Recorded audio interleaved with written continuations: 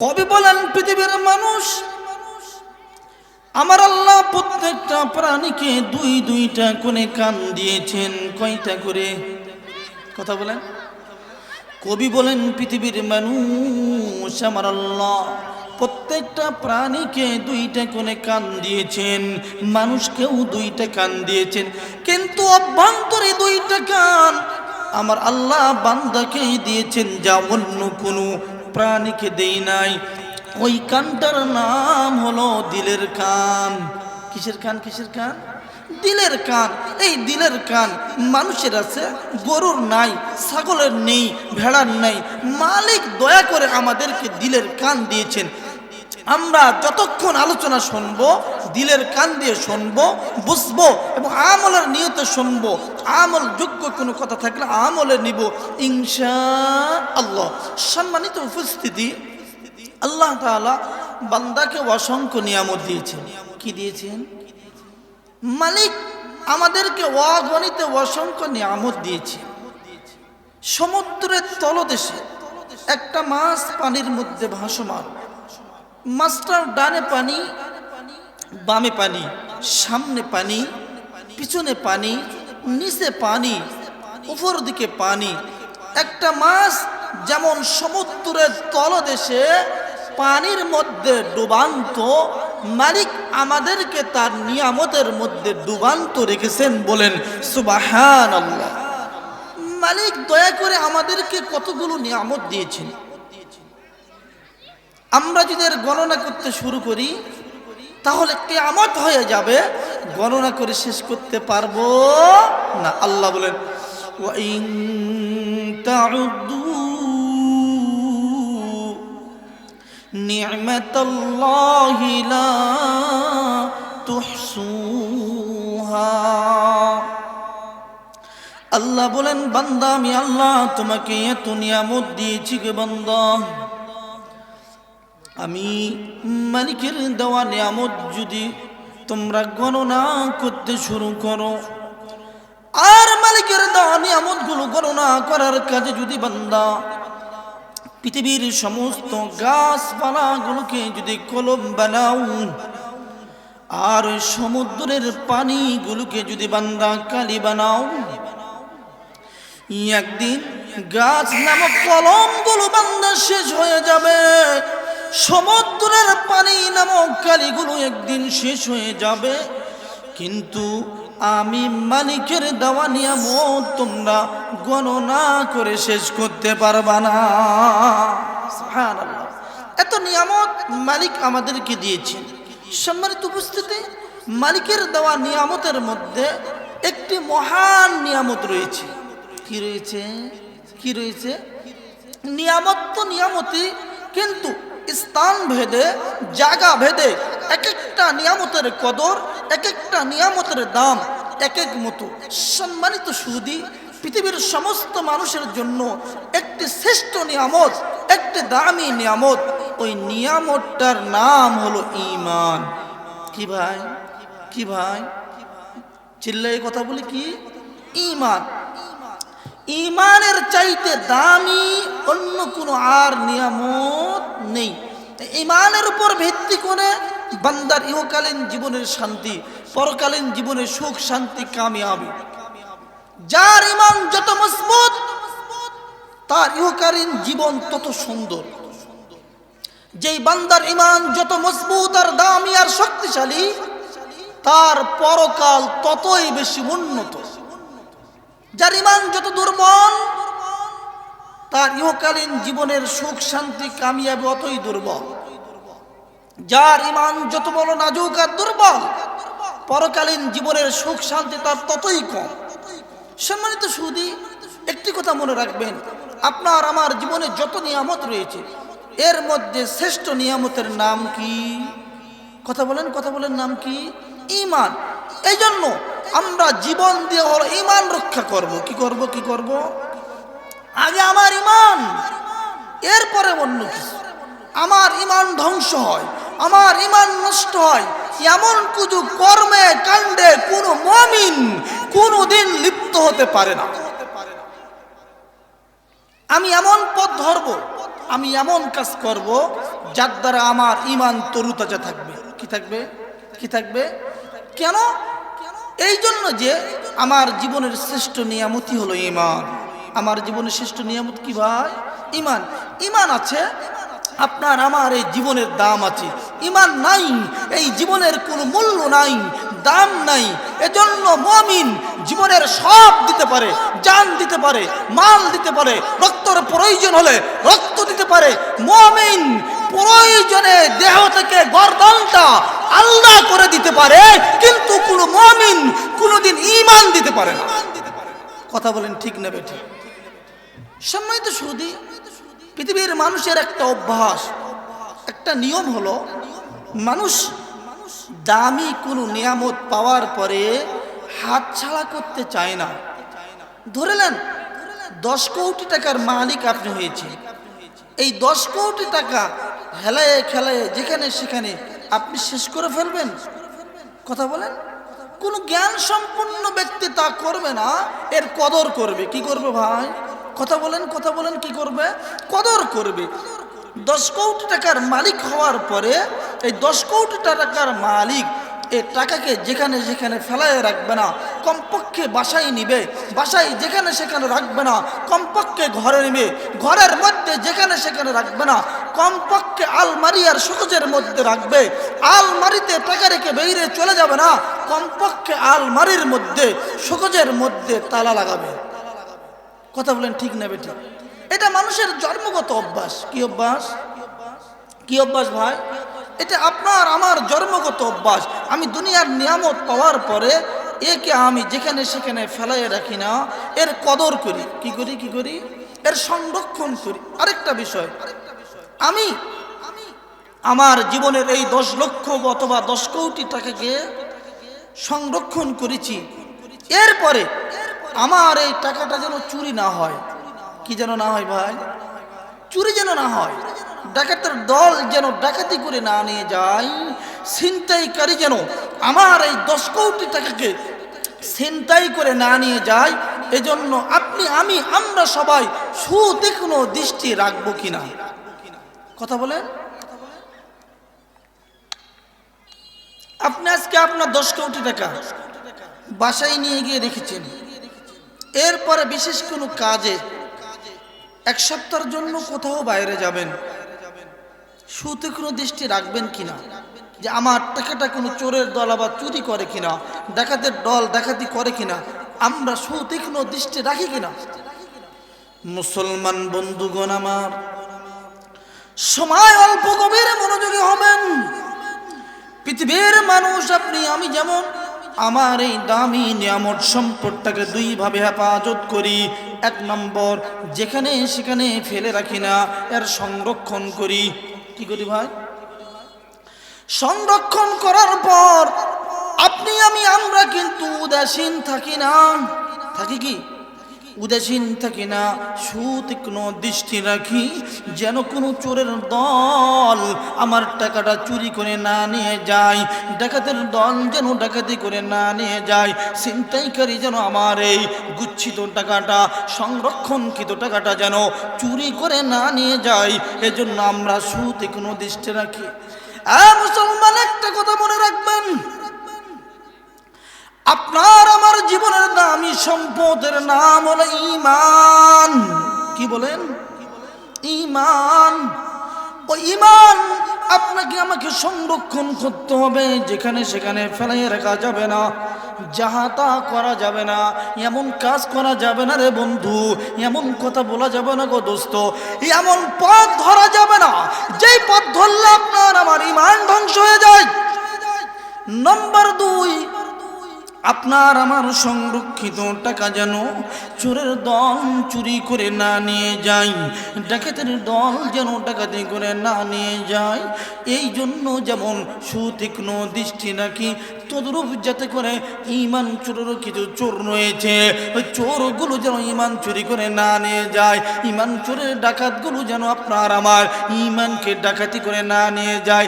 ঈমান চোরের ছিনতাইকারীগুলো যেন আপনার আমার ইমানকে চিন্তাই করে না নিয়ে যাই, ইমানের প্রতিও সুতীক্ষ্ণ দৃষ্টি রাখা আপনার আমার উপর কর্তব্য কিনা? কথা বলেন, কথা বলেন। সম্মানিত সুদী, আপনার আমার টাকা যেমন আপনি আমি সংরক্ষণ করি, ঈমানকে ততটুকু সংরক্ষণ করতে হবে। আসুন ঈমানকে কিভাবে সংরক্ষণ করব, অনেক কথা। এক নম্বর কথা হলো, আমি ঈমানদার, আমি মুসলমান। ঈমান আনার পরে সমস্ত ভালো কাজ করব। কি করব? কি করব? নেকির কাজ করব, গুনাহ ছাড়বো, বদির কাজ ছাড়বো, অন্যায় ছাড়বো, অশ্লীলতা ছাড়বো, ভালো কাজ করব। ঈমান সংরক্ষণ হবে। ঈমান কি হবে? দুই নম্বর, আপনার আমার টাকা চুরি করে চোর। কে ভাই? ডাকাত, ছিনতাইকারী। ঈমান চোরেরও কিছু চোর রয়েছে। ওই চোরকে চিহ্নিত করে সুতীক্ষ্ণ দৃষ্টি রাখা, ওই চোর যেন ঈমান চুরি করতে না পারে। ঈমান চোরের দুইটা বড় চোর। এক নম্বর চোরের নাম হলো নফস। কি ভাইয়া? নফস। এই নফস মানুষের সর্বক্ষণ স্থির থাকে না, সর্বক্ষণ অস্থির অবস্থায় থাকে। কি অবস্থায়? অস্থির অবস্থায়। নফস একবার ওয়াসওয়াসা নামাজ পড়ো, আরেকবার বলবে না নামাজ পড়তে হবে না, আরেকবার বলবে একটু মিথ্যা কথা বললে কিছু হবে না, আরেকবার নফস ওয়াসওয়াসা দিবে। হাজারো মানুষ শুধু কারবার করলো, তুমি একটু করলে কি হবে, করো না কেন। এইভাবে নফস মানুষকে কখনো ভালো উপদেশ দেয়, কখনো খারাপ উপদেশ দেয়। দিয়ে মানুষ যদি নফসের গোলাম হয়, মানুষ যদি নফসের তাবেদার হয়ে যায়, তাহলে নফস মানুষকে বেঈমান বানায়। নাউজুবিল্লাহ বলেন। নফসেরা বকে দর জিন্দা কুনিদ, হরসে ফরমায়দ খলাফে আকুনিদ। কবি বলেন, পৃথিবীর মানুষ, নফস তোমাকে যে উপদেশ দিবে, নফস তোমাকে যে দিক নির্দেশনা দেবে, পৃথিবীর মানুষ, নফসের কথা তুমি গ্রহণ করবা না। আল্লাহর দেওয়া আকল দিয়ে ফিকির করবা, চিন্তা করবা। আল্লাহর কোরআন যা বলে, নবীর সুন্নাহ যা বলে, তুমি তাই করবা। যদি বান্দা তুমি ঈমান নিয়ে বেঁচে থাকতে চাও, যদি বান্দা তুমি ঈমান নিয়ে বেঁচে থাকতে চাও, যদি বান্দা তুমি ঈমান নিয়ে কবরে যেতে চাও, তাহলে এক নাম্বার নফসের বিরোধিতা করো, নফসের প্রতি তীক্ষ্ণ দৃষ্টি রাখো।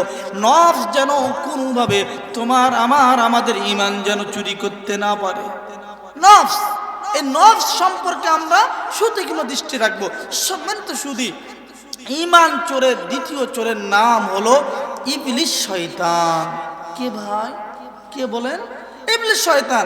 দেখেন না, অনেক মানুষ আজকে বাসা থেকে বের হয়েছে, মাহফিলে যাব, এতক্ষণ পর্যন্ত জান্নাতি স্বামী আনার নিচে আসার সৌভাগ্য হয় নাই। শয়তান দুষ্ট, দুষ্ট, এটা দুষ্ট নয়, চিরশত্রু। দুষ্ট তালির বাহানা দিয়ে বলে, দোস্ত এখনই যায়, কি করবা, কিছুক্ষণ বন্ধুদের নিয়ে আড্ডা দাও, পরে যেও। এভাবে শয়তান মানুষকে ওয়াসওয়াসা দেয়, কখনো নেক শুরুতে, কখনো খারাপ শুরুতে। এইভাবে মানুষকে শয়তান বেঈমান বানিয়ে ফেলে। কি বানিয়ে ফেলে?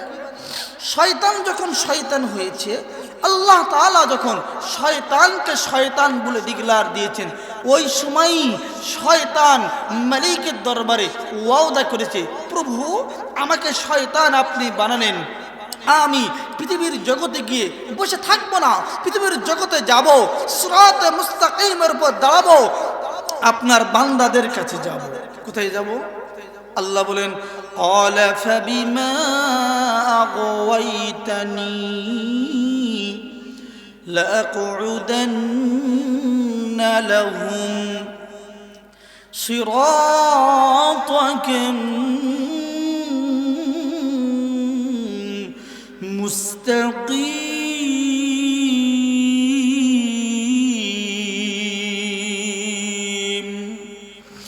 আল্লাহ বলেন, পৃথিবীর মানুষ, আমি আল্লাহ যখন শয়তানকে শয়তান বলে ডিক্লার দিলাম, শয়তান আমি আল্লাহর সঙ্গে বাজি ধরল, ওয়াদা করল, প্রভু আমাকে আপনি শয়তান বানালেন, ও প্রভু আমি কিন্তু পৃথিবীর জগতে গিয়ে বসে থাকবো না। কি করবো না? আমি কিন্তু পৃথিবীর জগতে গিয়ে বসে থাকবো না, সিরাতে মুস্তাকিমের উপর গিয়ে দাঁড়াবো। কোথায়? কোথায়? পাটালপাড়া রাস্তায়? কথা বলেন সোনারগা। শয়তান বলল, প্রভু সিরাতে মুস্তাকিমে গিয়ে দাঁড়াবো। ও মুসলমান, সিরাতে মুস্তাকিম হলো ওই পথ, যেই পথ ধরে বান্দা তার মালিককে চিনবে। কাকে চিনবে?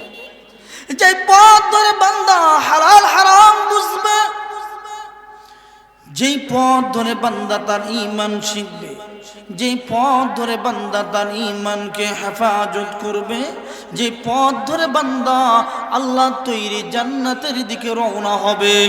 কোথায় রওনা হবে? শয়তান মালিকের সঙ্গে ওয়াদা করলেন, প্রভু পৃথিবীর জগতে যাব, সিরাতে মুস্তাকিমের উপর গিয়ে দাঁড়াবো। দাঁড়ায় কি করব? সুম্মা লাআতিয়ান্না মিন বাইনি আইদিহিম ওয়া মিন খালফিহিম ওয়া আন আইমানিহিম ওয়া আন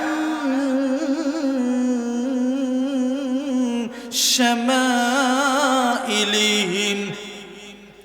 শয়তান বলে, প্রভু সিরাতে মুস্তাকিমের উপর গিয়ে দাঁড়াবো, আপনার বান্দার কাছে যাব। বান্দার ডান দিক থেকে, বান্দার বাম দিক থেকে, বান্দার সামনে থেকে, বান্দার পিছন দিক থেকে আপনার বান্দাকে ওয়াসওয়াসা দিয়ে আমি নাশুকার গুজার বান্দা বানাবো। অধিক অংশকে আমি বেঈমান কাফের বানায় জাহান্নামের কীট বানায় জাহান্নামের দিকে নিয়ে যাব।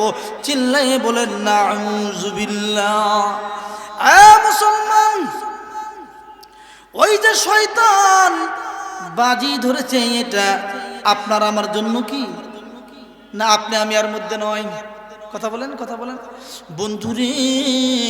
প্রত্যেকটা মুসলমানের শয়তান নামক দুশ্মন সর্বক্ষণ লাগা।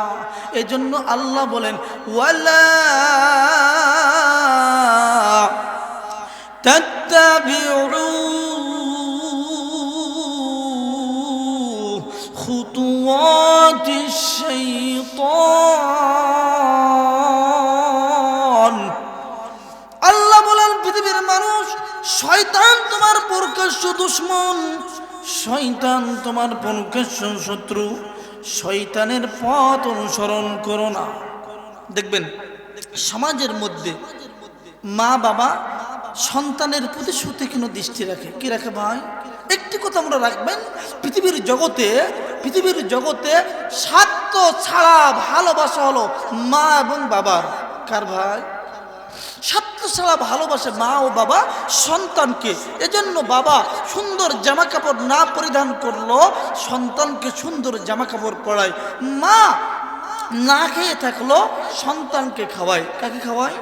স্বার্থহীন, স্বার্থ ছাড়া ভালোবাসে সন্তানকে একমাত্র তার মা, একমাত্র তার বাবা।